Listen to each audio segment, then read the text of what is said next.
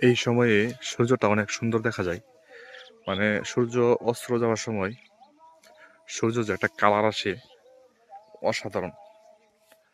আসলে এই ভিউটা দেখতে হলে আপনাদের এই টাইমটাতে অপেক্ষা করতে হবে।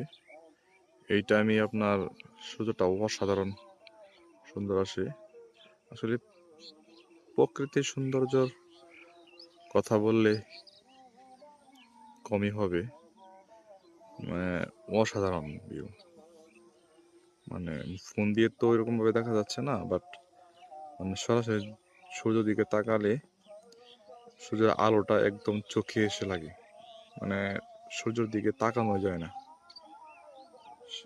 অসাধারণ ভিউ।